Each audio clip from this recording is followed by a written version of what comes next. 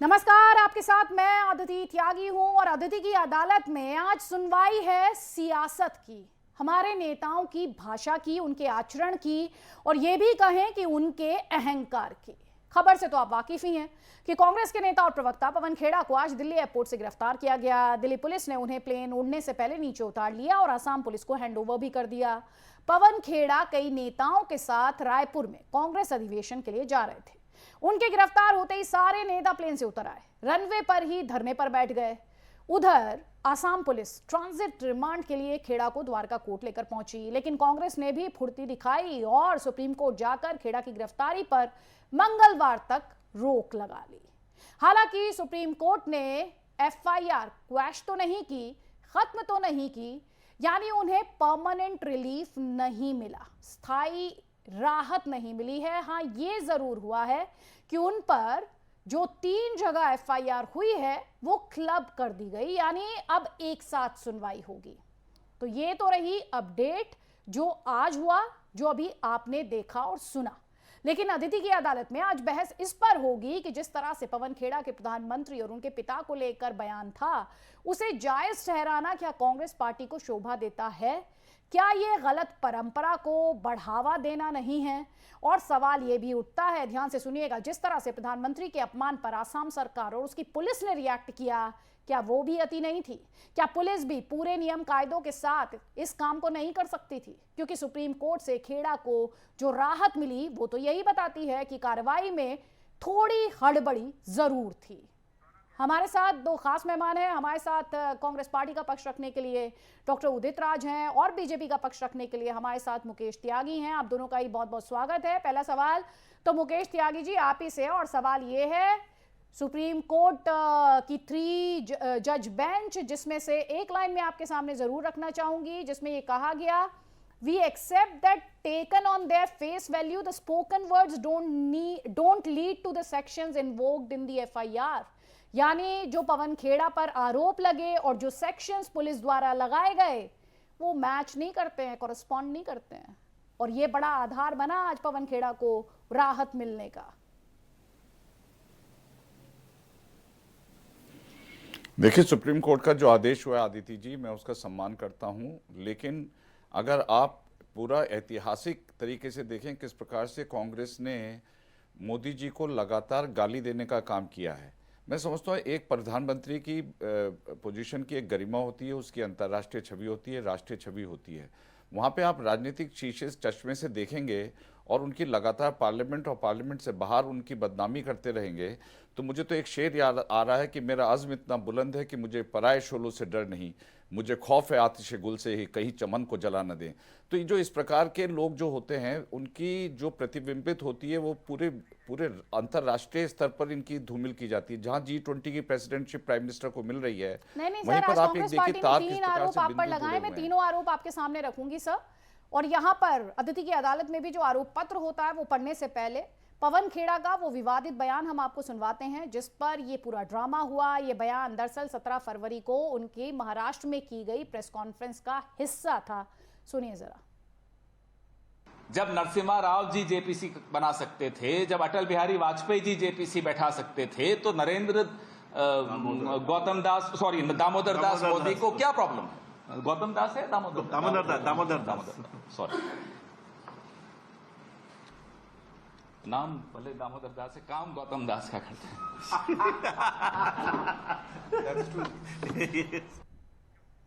और पवन खेड़ा को राहत दिलाने के मामले को लेकर अभिषेक मनु सिंघवी ने कोर्ट में रिप्रेजेंट कर रहे थे, तो उनके द्वारा ये कहा गया कि ये इंटेंशनल बयान नहीं था। हालांकि उन्होंने कहा ये बहुत ही अनफॉर्चुनेट जरूर था। जल्दी से आपको आज जो हमारा आरोप पत्र है वो हम आपको दिखा देते हैं। पवन खेड़ा पर सरकार और पुलिस ने ओवर रिएक्ट किया, जैसा कि हमने पहले भी कहा, क्योंकि जिस तरह से राहत मिली कोर्ट से, तो ओवर रिएक्ट किया गया सरकार और पुलिस द्वारा। पवन खेड़ा की गिरफ्तारी सियासी अहंकार का नमूना है क्या, यह भी एक आरोप। और साथ ही खेड़ा के विवादित बयान से क्या कांग्रेस की भी फजीहत नहीं हुई? कांग्रेस की भी तो फजीहत हुई। पवन खेड़ा के बयान के बचाव से क्या कांग्रेस को नुकसान हुआ? और साथ ही भाषा और मर्यादा के स्तर पर सारी पार्टियां क्या एक जैसी हैं? ये सवाल आज जरूर उठे हैं। हमारे साथ बीजेपी का पक्ष रखने के लिए मुकेश त्यागी हैं। मुकेश जी, कांग्रेस पार्टी ने आज ये कहा कि एक तो आप डर गए हैं, लोकशाही नहीं अमित शाही की बात की उन्होंने, और तीसरी बात उन्होंने कही कांग्रेस पार्टी के नेताओं को के बारे में, डॉक्टर मनमोहन सिंह, सोनिया गांधी, उन्हें लेकर भी कई विवादित बयान आए, लेकिन कांग्रेस की सरकार ने ऐसा कभी नहीं किया। ये सवाल भी उठाया आज। नहीं, देखिए आदित्य जी, मैं आपको बताऊं कि सुप्रीम कोर्ट ने जो आज ऑर्डर है वो एफआईआर क्वॉश नहीं की है। तो सबसे पहले तो ये, अगर एफआईआर में दम नहीं होता तो सुप्रीम कोर्ट प्रथम दृष्टा पे एफआईआर को रिजेक्ट कर देती। सेक्शन 500, 504, 504A ऐसे सेक्शन लगाए गए हैं 3 जगह पे, लखनऊ, बनारस और असम में।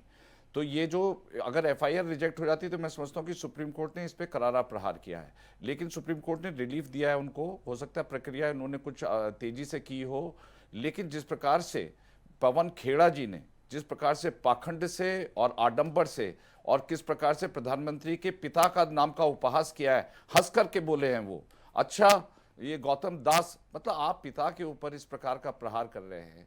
अभी उनकी माता का देहांत हुआ है, आप अगर प्रधानमंत्री पर आपने लगातार प्रहार किए हैं, आपने उनको नीच कहा है, आपने उनको नहीं, वो गली का ठीक है कुत्ता सर, कहा है, अपमान, आपने अपशब्द, उनको, उसे कोई बस सही बस नहीं ठहरा रहा सर। मुकेश त्यागी जी, उसे कोई सही नहीं ठहरा रहा। सवाल 2 उठे। एक सवाल ये उठा जिस पर कोर्ट का भी ऑब्जर्वेशन है कि जो वर्ड्स को फेस वैल्यू पर एक्सेप्ट करना और उसके बाद जो सेक्शंस उन पर लगाए गए उन्हें लेकर सवाल उठा, और दूसरा सवाल उठा जिस तरह से पुलिस ने रिएक्ट किया। आदित्य जी, मुझे आप एक प्रश्न का जवाब दे दीजिए। हो सकता है पुलिस ने कुछ हेस्ट में काम किया हो, मुझे उसके बारे में पूरी जानकारी नहीं है, लेकिन मुझे ये बताइए, अगर प्रधानमंत्री, जो कि चुने हुए प्रधानमंत्री 2014-2019 में लगातार बड़ी बहुमत से प्रधानमंत्री जीत रहे हैं, उनको आप इस प्रकार के अपशब्दों लगातार कहते रहेंगे, चौकीदार चोर है, भस्मासुर है, और पता नहीं तमाम किस्म के, जैसे मोदी को कहते हैं कि ये मसूद है, ओ से ओसामा बिन लादेन है, डी से दाऊद है, आई से आईसाई है। तो इस प्रकार के जवाब उठाइए, इससे कोई इनकार नहीं कर रहा है जनता को प्रतिक्रिया, लेकिन आज जो ड्रामा हुआ, आपको नहीं लग रहा वो ड्रामा अवॉइड किया जा सकता था? मैं आपसे ये पूछ रही हूँ। अब ये तो देखिए ऐसा है कि अभी बहुत ही हाल में ये एक्शन हुआ है, इसके बारे में डीप जाना पड़ेगा, क्या हुआ, पुलिस क्यों आई, लेकिन एफआईआर लॉन्च करना पब्लिक का फंडामेंटल राइट है, और अगर एफआईआर की है तो पुलिस को अविलंब उस पर एक्शन करने का भी उनका काम है। तो मैं समझता हूँ पुलिस ने एक बहुत संज्ञान लिया है और अपनी कार्यवाही करी है। कल आप अगर नहीं आते तो अब एफआईआर वाले कहते हैं कि भाई हमने एफआईआर फाइल करी, आप जो है सुस्ती की तरह से अपने बैठे रहे। तो मैं समझ रहा हूँ कि पुलिस ने अपने तरीके से, अपने दृष्टिकोण से किया, और मैं पुलिस की तरफ से कोई, मैं स्पोक्स पर्सन तो हूँ नहीं, पुलिस ने क्यों ये एक्शन लिया, एक क्रिमिनल प्रोसीजर है, उसके तहत एक्शन होते हैं, एफआईआर के खिलाफ एक्शन लिए जाते हैं। तो पुलिस ने अपनी संवैधानिक जिम्मेदारी कितनी अच्छी तरह से निभाई है या गलत तरीके से निभाई है, राजनीति तो बहुत हुई ना मुकेश जी, बाद में पता लगेगा। बहुत हुई। चलिए, मैं अपने दर्शकों को एक बार फिर से जरा ये पूरा मामला जो है, ये डिटेल्ड इंफॉर्मेशन जो है, एक बार फिर से हम अपने दर्शकों को बता देते हैं कि क्या हुआ ये कि रायपुर में कांग्रेस पार्टी का अधिवेशन, जहां जा रहे थे पवन खेड़ा, और उन्हें डिप्लेन कर दिया गया, उन्हें प्लेन से उतारा गया, क्योंकि ये बताया गया उनके खिलाफ एफआईआर जो असम में हुई, हालांकि पहली एफआईआर उत्तर प्रदेश में हुई थी, और कोर्ट में अभिषेक मनु सिंघवी द्वारा ये जानकारी दी गई कि असम पुलिस जो थी उसने कम्युनिकेट किया दिल्ली पुलिस को, और ये कहा कि पवन खेड़ा को एप्रीहेंड करने की जरूरत है। जरा वो इन्फॉर्मेशन स्क्रीन पर ले आइए प्लीज, ताकि दर्शकों को और अंडरस्टैंडिंग मिले। उन्हें एप्रीहेंड करने की जरूरत है, और उसके बाद असम पुलिस ने उन्हें गिरफ्तार कर लिया, द्वारका कोर्ट ले जाया गया, और बाकायदा सुप्रीम कोर्ट को इसके बारे में सूचना दी गई जब 3 बजे 3 जजों की बेंच बैठी, जिसमें कि chief justice of India Chandrachud, justice Narasimha और जस्टिस शाह थे। उसमें दलीलें रखी गई और ये कहा गया ये हैरेसमेंट है, ये तंग किया जा रहा है अभिषेक मनु सिंघवी द्वारा। उन्होंने ये भी कहा जो सेक्शंस इंपोज किए गए हैं और जो चार्ज है पवन खेड़ा पर, वो मैच नहीं करते, वो कॉरस्पॉन्ड नहीं करते, वो प्रोपोर्शनैलिटी की बात की गई, प्रोपोर्शन में नहीं है। तीसरी बड़ी बात अभिषेक मनु सिंघवी ने कही कि उन्होंने माफी मांग ली है। हालांकि अभिषेक मनु सिंघवी ने माना कि अनफॉर्चुनेट था, ऐसा नहीं होना चाहिए था, लेकिन साथ ही अभिषेक मनु सिंघवी ने कोर्ट को यह भी बताया कि माफी मांग ली गई है पवन खेड़ा द्वारा, वो ये मानते हैं कि उनसे गलती हुई है। जवाब में एएसजी द्वारा वीडियो चलाया गया, और ये कहा गया कि आप देखिए ये गलती नहीं थी, ये जानबूझकर किया गया था। साथ ही वीडियो को दिखाते हुए एसजी ने जो पवन खेड़ा के एक्सप्रेशंस थे उनकी तरफ भी, जो 3 जस्टिस थे उनका ध्यान ड्रॉ किया।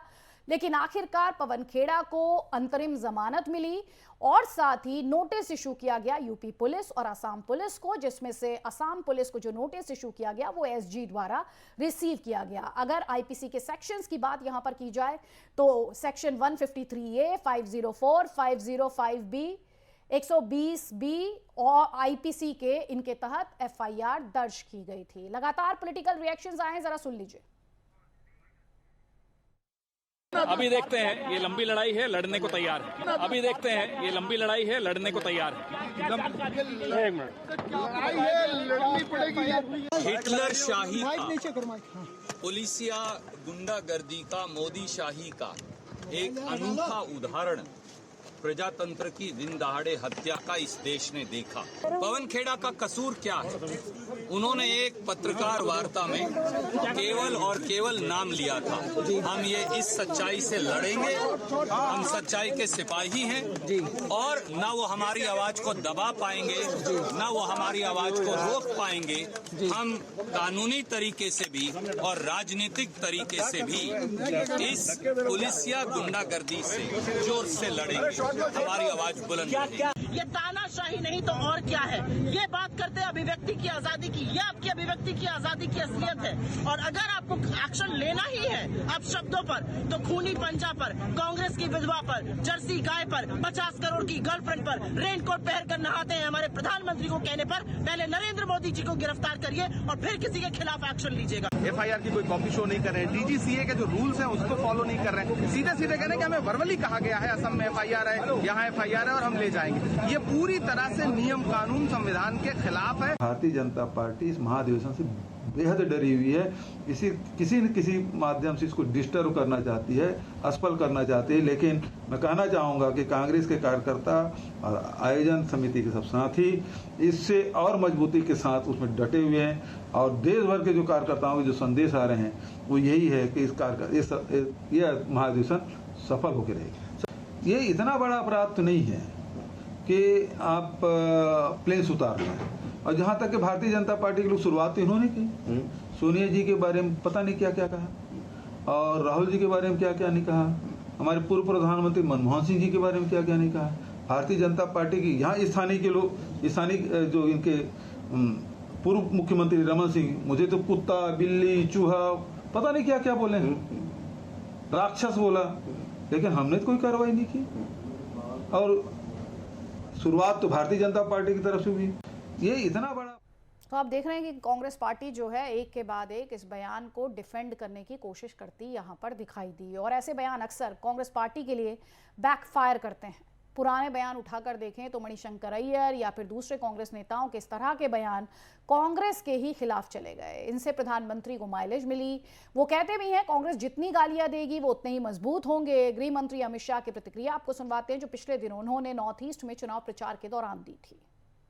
मोदी जी के लिए जिस प्रकार की भाषा का प्रयोग किया है, मैं तो समझ रहा हूं ये बात कांग्रेस के प्रवक्ता की नहीं है, ये बात कांग्रेस के नेता राहुल गांधी के स्वभाव के अनुकूल है और उनके द्वारा ये बात देश की जनता के सामने की। अभी आपने सुना मुकेश त्यागी जी क्या कह रहे थे। भूपेश बघेल वो ये कह रहे हैं कि आप कांग्रेस पार्टी के अधिवेशन से डर गए, आपने जानबूझकर इन पवन खेड़ा को रोकने की ये पूरी कोशिश की, साजिश की।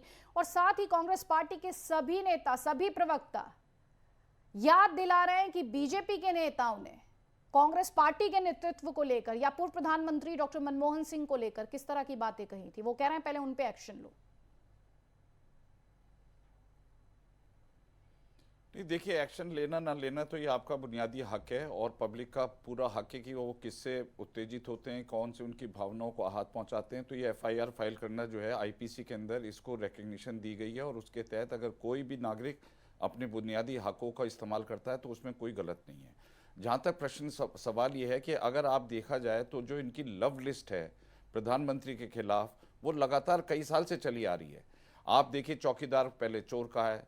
नो वंडर हमारे प्रधानमंत्री मोदी जी ने अपना तकिया कलाम भी मैं चौकीदार हूं, मैं चोर हूं, इस प्रकार का उन्होंने पूरे देश के अंदर एक कैंपेन चला दिया। फिर उन्होंने माफ़ी मांगी राफेल को लेकर के, राहुल गांधी जी ने अनकंडीशनल अपॉलॉजी। फिर उसके बाद इन्होंने लगातार उनको रावण बोला। मल्लिकार्जुन खड़गे जो इतने सीनियर और वरिष्ठ नेता हैं कांग्रेस के और अभी अध्यक्ष बने हैं कांग्रेस के, वो इस प्रकार की भाषा का उपयोग कर रहे हैं। तो मैं समझता हूँ कि इस प्रकार की भाषा के ऊपर एक अंकुश लगना बहुत आवश्यक है।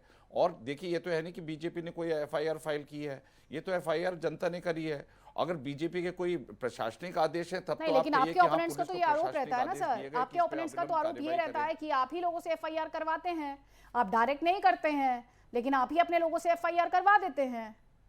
तो मुझे आदिति जी, कांग्रेस का तो ऐसा वो रहा है व्यवहार कि किशोर कुमार को इन्होंने, क्योंकि उनके उसमें कन्वेंशन में गाने नहीं आए तो उनको ऑल इंडिया रेडियो से गाना ही बंद करवा दिया। मजरू सुल्तानपुरी को 2 साल के लिए जेल बंद कर दिया। इमरजेंसी का सागा आप भूल नहीं सकते, किस प्रकार से कोई आदमी एक शब्द भी अगर कांग्रेस के खिलाफ निकालता था तो maintenance of internal security act Misa जिसको कहते थे, बिना किसी नोटिस के उनको बंद कर दिया करते थे। तो ये जो आज अपने गिरबान में जा कर के देखें, मोदी जी डेमोक्रेसी के लिए इतना काम कर रहे हैं कि पूरे विश्व में आज उनका नाम जो है छाया हुआ कि 140 करोड़ की जनता को लेकर के। देखिए, कांग्रेस का 90% जगह कांग्रेस हार रही है। 2014 में हारी, उन्होंने गाली दी, हमारे वोट बढ़ गए। 2019 में इन्होंने गालियां निकाली, हमारे वोट और बढ़ गए। तो इनको गुजरात में इन्होंने हमारे खिलाफ गाली निकाली, वहाँ के स्थानीय नेता ने इनको उल्टे सीधे शब्द किया, वहाँ पे हमारी ऐतिहासिक विक्ट्री हुई। तो ये तो जब भी हमारे खिलाफ बोलते हैं तो कहते हैं ना, मोदी जी ने कहा आप हम तो कमल है, कीचड़ में आप फेंकोगे तो हमारा तो कमल और खुलेगा। अगर आप हम पे पत्थर फेंकोगे तो हम उन पत्थर को एकत्रित करके हम एक भव्य भवन का निर्माण कर देंगे। तो ये तो हमारी विध्वंसकारी राजनीति नहीं है आदित्य जी। हमारी सीधी ये है कि अगर आप लगातार कुछ ना कुछ करते जा रहे हैं तो पब्लिक भड़क रही है। और मैं समझता हूँ पब्लिक का जो जो जो जो वो है बांध है, धैर्य का बांध है, वो टूट गया है। अब वो एफआईआर करेंगी तो आप मुकेश जी, आप दरअसल दो बातें कर रहे हैं। मुकेश जी सुनिए, मुकेश जी आप दो बातें कर रहे हैं सर। एक तरफ आप कहते हैं कि जब जब प्रधानमंत्री को ये अपशब्द, प्रधानमंत्री के लिए अपशब्दों का इस्तेमाल करते हैं, ये इन्हें बड़ी कीमत चुकानी पड़ती है क्योंकि इन्हें जनता जवाब देती है। तो सर, जब जनता जवाब दे ही रही है तो आपको ये जो आनन फानन में आज जो एक्शन देखने को मिला और फिर जाकर सुप्रीम कोर्ट से राहत मिल गई, अंतरिम जमानत की बात हुई, जो एफआईआर थी उन्हें क्लब करने की बात हुई, तो आप जब या तो जनता जो जवाब दे रही है आप उसकी बात कीजिए या फिर आप अपने जवाब की बात कीजिए। जनता तो जवाब दे रही है बैलेट से, आप खुद ही कह रहे हैं कि जनता बैलेट से जवाब दे रही है। आदिति जी, अगर पुलिस अपने संवैधानिक अधिकारों का अतिक्रमण करती है तो उस पर न्यायालय हैं, वो उस पर अंकुश लगाएंगे, उनके खिलाफ एक्शन लेंगे। लेकिन ये कहना कि भारतीय जनता पार्टी से जोड़ना, मैं समझता हूँ ये बुनियादी तौर से और कानूनी दृष्टिकोण से गलत है। जहाँ तक सवाल ये है कि पुलिस ने एक्शन लिया है उसका स्क्रूटनी, लेकिन सुप्रीम कोर्ट ने एफआईआर क्वॉश नहीं करी है। ये मुकदमा चलेगा पवन खेड़ा जी पे, जो उन्होंने आईपीसी के सेक्शन का हनन किया है। ठीक है, प्रोपोर्शनैलिटी का एंगल उन्होंने उठाया, हो सकता है प्रोपोर्शन ज़्यादा हो, लेकिन प्रोपोर्शन है कहीं ना कहीं या तो। और ये रिएक्शन और प्रतिक्रिया करने में पुलिस का अपना तरीका होता है, एक उनका स्टैंडर्ड ऑपरेटिंग प्रोसीजर होता है। हो सकता है उन्होंने उसका अतिक्रमण किया, लेकिन उसकी जो न्यायिक दृष्टिकोण से उसका पूरा मूल्यांकन किया जाएगा। गलती की तो पुलिस के अगेंस्ट स्ट्रिक्चर्स पास होंगे। लेकिन इसको भारतीय जनता पार्टी से जोड़ देना, मैं समझता हूँ ये बिल्कुल ही गलत है। भारतीय जनता पार्टी का इसमें कोई हाथ नहीं है। न्यायिक प्रक्रिया अपना स्वच्छंद है, पुलिस अपनी स्वच्छंद है। हिटलर शाही है, ये जो आज हुआ है ये हिटलर शाही है। देखिए, हिटलर शाही अब कह रहे हैं ईडी सीबीआई के बाद अब आपने प्लेन को भी ग्राउंड करवाना शुरू कर दिया है। देखिए, इसको कहते हैं खिसियानी बिल्ली खंबा खसौटे। अब ये हर प्रकार से इनको परास और शिकस्त मिल रही है सब जगह। इनके प्रधानमंत्री के जो संकल्प मंसूबे हैं वो फेल होते जा रहे हैं। राहुल गांधी जी की जो भारत जोड़ो यात्रा जो लेकर के मैं समझता शायद पुनर्जन्म हुआ होगा राहुल जी का, लेकिन वही खोदा पहाड़ और निकली चुहिया। तो इनके जितने भी तरकश के बाण हैं वो सब जो है विफल हो चुके हैं और कहीं पर भी इनको ये नज़र नहीं आ रहा। इनके विपक्ष के अंदर कोई यूनिटी नहीं है। राहुल गांधी जी की लीडरशिप को कोई विपक्ष के नेता मानने को तैयार नहीं है। तो ये हर प्रकार से हमको करने की ज़रूरत नहीं है। ये सेल्फ गोल कर रहे हैं आदित्य जी, हमको इसमें कुछ करने की ज़रूरत नहीं। हम निष्क्रिय भी बैठे रहें तो इनका जिस प्रकार से परफॉर्मेंस दिखाई गई है, राहुल जी जहाँ चुनाव होते हैं वहाँ जाते ही नहीं है। तो ये तो नहीं इनके सर, शीर्ष अब आप नेताओं इसे का हाल है अलग कि जहां ट्रैक पर पर ले जा रहे हैं। उनको आपसे मैं होना सवाल चाहिए वहां पूछ पर रही होते हूं, नहीं चुनाव के वो समय, तो कांग्रेस हमको पार्टी इनसे के कहां से आरोपों डरेंगे? पर ये तो आधारित बताइए है आदित्य सर। जी। नहीं सर, आप कह रहे हैं राहुल गांधी इफेक्टिव नहीं है, आप कह रहे हैं अपशब्दों का इस्तेमाल होता है तो आपकी पार्टी को फायदा होता है, जनता अपना प्यार उड़ेल देती है, आप ये सब बातें भी कह रहे हैं और फिर ये पुलिसिया एक्शन भी है सर।